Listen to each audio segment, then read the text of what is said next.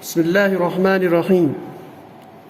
So dear students, आज हमने एक नई सीरीज शुरू की है regarding the CSIR NET gate, CSIR NET JRF and gate exams. तो बेसिकली आज का जो वीडियो है that is about the paper pattern, यानी जो आपका CSIR एग्जाम होता है, चाहे वो नेट और गेट, नेट या JRF का एग्जाम हो, दोनों का पैटर्न ऑफ पेपर एक ही रहता है। पेपर एक ही दिन होता है। There is no separate paper for NET, that is national eligibility test, and there is no separate paper for your junior research fellowship. तो पेपर एक ही होता है, एक ही दिन होता है, और पैटर्न भी एक ही रहता है पेपर। तो वो पैटर्न हम डिस्कस करेंगे। यहाँ पे आप स्क्रीन में देख सकते हो, मैंने एक ट्री बना के लाया हूँ मैं यहाँ पे for understanding of this paper. ठीक है, तो whether you are preparing for JRF or you are interested only in the net, which is also called as the LS, that is the lecturership, which is an eligibility for the lecturership। ठीक है, तो basically pattern of paper होता क्या है chemical science में, यानी chemistry में। तो यहाँ से अब स्टार्ट कर लेते हैं। जो CSIR का पेपर होता है, वेदर इट इज JRF और net, it's a single paper. तो बेसिकली कैंडिडेट कितने मार्क्स स्कोर कर लेता है। जो हायर मेरिट होता है, जिस केस में कट ऑफ जो हाई होता है, they will get the JRF, और जिनका कट ऑफ लो होता है ना, so they will be selected for the net और they will be selected for the LS। तो पेपर एक ही होता है, डिपेंडिंग ऑन आप कितना स्कोर करते हैं। वो कट ऑफ फिर कैसे बनता है, that is depends on various conditions. So that anyway that depends on those people who are dealing with that, and they will adjust that cutoff. But in general, अगर आपके marks बहुत high है, so you are closer to the JRF. अगर आपके marks कम है, 50% से कम, so that means either you will go to the LS or you will not be eligible for the LS also. ठीक है, तो पेपर एक ही होता है। वो पेपर का पैटर्न हम आज डिस्कस करेंगे। तो देखिए, जो CSIR का पेपर होता है केमिकल साइंस का, which is it's composed of total marks, that is 200।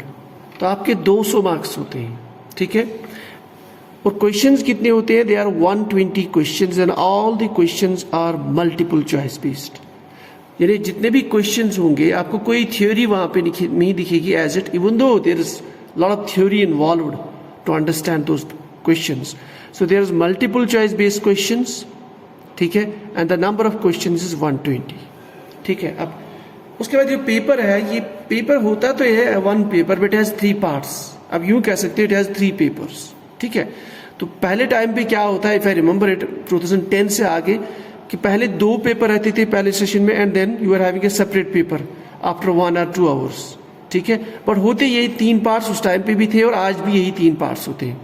So 3 part जो है, that's part A, part B and part C। तो पार्ट A जो होता है आपका, this is basically general aptitude, reasoning, general knowledge. जो आपके अदर सब्जेक्ट्स होते हैं, physics, mathematics, bio, plant sciences, तो ये जनरल एप्टीट्यूड वाला पेपर होता है, पेपर नंबर 1। और ये जो पेपर नंबर 1 होता है, ये जितने भी सब्जेक्ट्स रहते हैं उनका भी सेम रहता है, whether you are dealing with geo sciences, physical sciences, bio sciences, तो सबका ये जनरल एप्टीट्यूड वाला part number 1, the part A, it is same in all the cases. ठीक है, अब इसमें क्या होता है, इसमें जनरल एप्टीट्यूड, रीजनिंग और जो आपके अदर साइंसेस है उनमें से भी क्वेश्चन आते हैं। ठीक है, इसके जो मार्क्स होते हैं वे 20 मार्क्स इन दिस पेपर। और अटेम्प्ट कितने करने होते हैं? Maximum you can attempt 15 questions. So you can maximum attempt in this part 15 questions आप इसमें अटेम्प्ट कर सकते हैं। ठीक है, अब यहाँ इंपॉर्टेंट है, ये जो CSIR का पेपर है, एक चीज में ये है कि आप जो क्वेश्चन अटेम्प्ट करते हो, you have to be very very careful. क्यों? Because you have a negative marking there. तो इसमें पर क्वेश्चन आपका जो negative marking, that is negative marking, that's 0.5। इसका मतलब अगर हमने कोई क्वेश्चन अटेम्प्ट किया और वो गलत हो गया, तो जो आपका स्कोर है उसमें 0.5 लेस किया जाएगा। So per question there is negative marking of 0.5। तो ये तो हो गया आपका general paper, which is aptitude based and it's general knowledge based, statistics. ठीक है, so this is your paper number 1, that's part A। उसके बाद जो पार्ट B और पार्ट C होता है, this part B and part C, this is most important, it's purely subject specific, ठीक है। So your part B and part C of your CSIR NET JRF chemical science paper subject specific, और ये दूसरे जो subjects होते हैं उनमें भी सब्जेक्ट स्पेसिफिक ही होते हैं दोनों, ठीक है। अब देखते हैं पार्ट बी जो है इसमें कितने होते हैं, we have maximum of 40 marks, ठीक है। So you have 40 marks maximum. इसमें आपको क्वेश्चन कितने करने होते हैं, attempt maximum you can attempt 35, so you can maximum attempt 35 with 20 marks, ठीक है। So you can maximum attempt 35 and the total marks will be 40. Now इसमें जो important बात ये है कि ये जो पूरा पेपर होता है इट्स बेसिक्स, नो, इसमें जो पूरा आपका जो कॉन्सेप्ट होता है that is right from 11th 12th BSc MSc, तो it covers up the whole syllabus, और उसमें जो बेसिक्स होते हैं, फंडामेंटल्स होते हैं, ज्यादातर क्वेश्चन वही फंडामेंटल्स में पूछे जाते हैं इस पेपर में। That is why it's very important that one should have the basics clear. So इसलिए हमें उसके लिए 11th भी टच करना पड़ता है, 12th के कॉन्सेप्ट भी, ग्रेजुएशन के कॉन्सेप्ट की यानी UG के and the PG as well. तो ये पूरा का पूरा बेसिक्स बेस पेपर होता है। इसमें जो नेगेटिव मार्क्स का जहां तक ताल्लुक है, यू अगेन 0.5 पर क्वेश्चन, यानी you do a wrong attempt then you will get -0.5। अब ये जो पेपर है इसके लिए we'll discuss this later, की importance of this paper. This paper is very very important. If you have to have the if you have to qualify even NET, or you want to qualify this JRF, that's a higher rank, you want to secure the higher rank, so B paper is where you can score the maximum. So that must be very strong. इसलिए कहते हैं कि fundamental जो है they must be very very clear.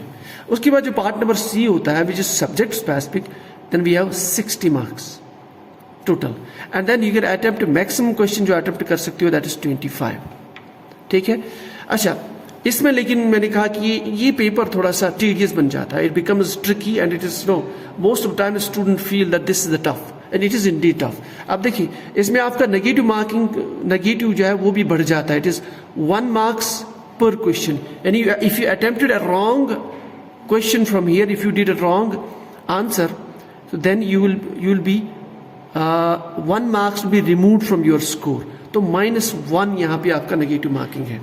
अच्छा, ये जो paper होता है इसमें थोड़ी सी एडवांसमेंट आपको होती है, जैसे मैंने कहा कि ऑर्गेनिक ट्रांसफॉर्मेशन, फिर स्टीरियोकेमिस्ट्री, फिर स्ट्रक्चर ऑफ द मॉलिक्यूल निकालना, यानी आपके पास बहुत सारी NMR, UV, IR, मास दिया होता है, देन स्ट्रक्चर को प्रेडिक्ट करना पड़ता है। सो इस तरह से आपका NMR में थोड़ी सी कॉम्प्लेक्सिटी होती है, ऑर्गेनिक रिएक्शंस में आपकी 4-5 स्टेप्स दिए होते हैं, then you have to predict the products at each and every step. तो ये पेपर आपका जो है it's considered to be the tough paper, और इसमें usually you have the higher advanced level, that is the questions will come from MSc and BSc, that is your UG and PG। तो वहां से जो ये पार्ट में ज्यादा questions आते हैं। तो अब थोड़ा सा इस पर डिस्कस कर लेते हैं। जो पार्ट नंबर A है, देखिए पार्ट नंबर A में if you can even score out of 10 marks, that's considered to be more than enough. 10 marks भी आप कर लेती हो, but provided that you are confident enough, that your confidence level is close to 100% or more than 90%. You should have 100% confidence on those 10 marks. तो अगर 10 यहाँ से secure कर लिए, even after cutting those negative also, if you could score 10 from this portion, that's considered to be enough. अब आते हैं part number B पे। जो पार्ट नंबर B से मैंने कहा this is one of the important parts, because सबसे ज्यादा यहाँ पे अगर आपने मैक्सिमम स्कोर किया then you can easily qualify your JRF or NET exam, क्योंकि इस पार्ट जो ये जो पार्ट है, it is most of time is difficult to attempt all. Even इस पार्ट में जो है if you score 4 or 5 questions also accurately, that's considered to be enough. तो पार्ट नंबर B में आपके जो 40 मार्क्स है, तो one must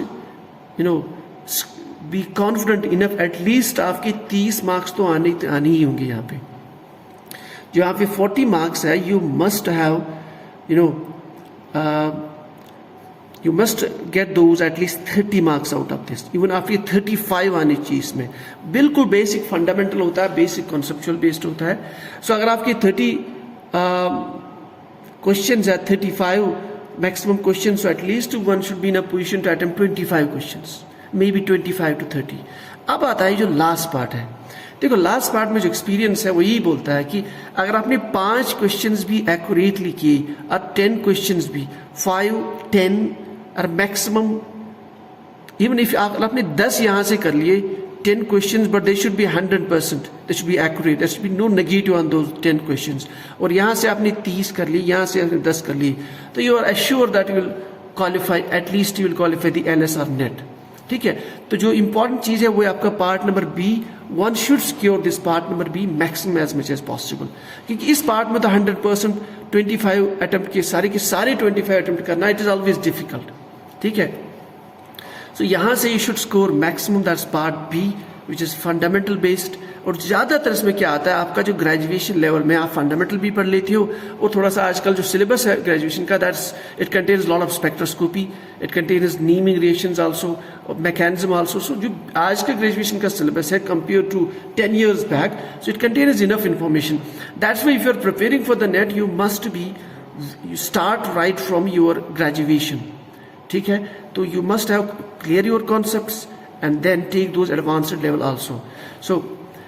So this is all about the pattern of the paper regarding the CSIR, NET, GRF, chemical sciences. ठीक है, अब उसके बाद जो है what is the approach and then कौन से पोर्शन में आपका सिलेबस ज़्यादा आता है, यानी कि इसमें ज़्यादा क्वेश्चन पूछे जाते हैं, inorganic, organic, physical. So those will discuss in the new videos, new topics will be uploaded soon.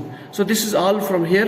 तो ये जो पूरा आपका चार्ट है, I'll be attaching a PDF file, scanned PDF copy of this in the attachments. तो आपसे download कर सकते हो, अपनी इंफॉर्मेशन के लिए रख सकते हो. So इसके अलावा भी अगर आपका कोई क्वेश्चन है तो आप लिख सकते हो, कमेंट कर सकते हो. ठीक है, so this is all from here. Thank you.